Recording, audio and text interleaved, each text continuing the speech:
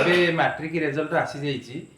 ଆମର କଟକ ଜିଲ୍ଲାର 42 ମୌଜା ଅଞ୍ଚଳର ଆମର ଅଂଶୁମାନ ଯେଉଁ ଆଜି କୃତିତ୍ୱ ଅର୍ଜନ କରିଛନ୍ତି, ସେଥିପାଇଁ ଆମ ଟିମ୍ ପହଞ୍ଚିଥିଲା ତାଙ୍କ ବାସଭବନରେ।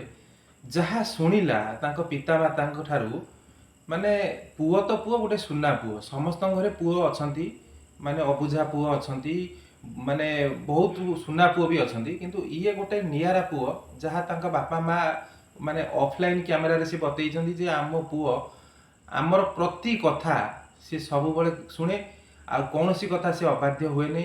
ଟାଇମଲି ସିଏ ତାର ପାଠ ପଢ଼େ, ଆମେ ତାକୁ ସମ୍ପୂର୍ଣ୍ଣ ସହଯୋଗ କରୁଛୁ।